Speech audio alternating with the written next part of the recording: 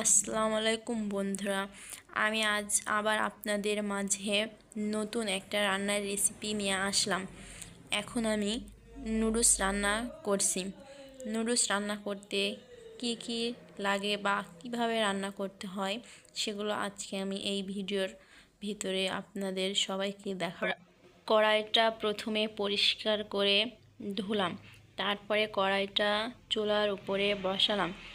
বসিয়ে যতটুকু পানি লাগে ওটা সেদ্ধ করতে সেই পরিমাণ পানি দিলাম। তারপরে পানিটা হালকা যে ফুটে উঠলো তখন নুডলসগুলো ওই পানির ভিতরে ঢেলে দিলাম। তখন নুডলসগুলো হালকা সিদ্ধ করে সেটা একটা ঝুড়িতে রাখলাম। ঝুড়িতে রেখে সেটা আবার ঠান্ডা পানি দিয়ে সুন্দর করে ধুয়ে নিলাম পরিষ্কার করে। তারপরে কড়াইটা আবার পরিষ্কার করে ধুয়ে চুলার উপরে দিয়ে কড়াইটা একটু হালকা গরম করে নিয়ে সেটাই প্রথমে তেল দিলাম।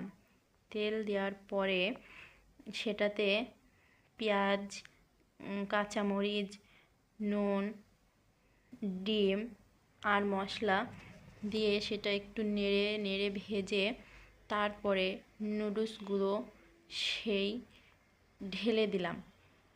তারপরে নুডলসগুলো নেড়ে নেড়ে যখন নামানোর সময় হলো তখন সেটা নামিয়ে দিলাম। এই পুরো রান্নাটা করলাম হচ্ছে আমার হাজব্যান্ডের জন্য।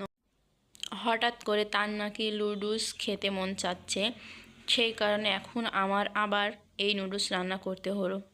তার মনে যে কখন কি আসে আল্লাহই জানে।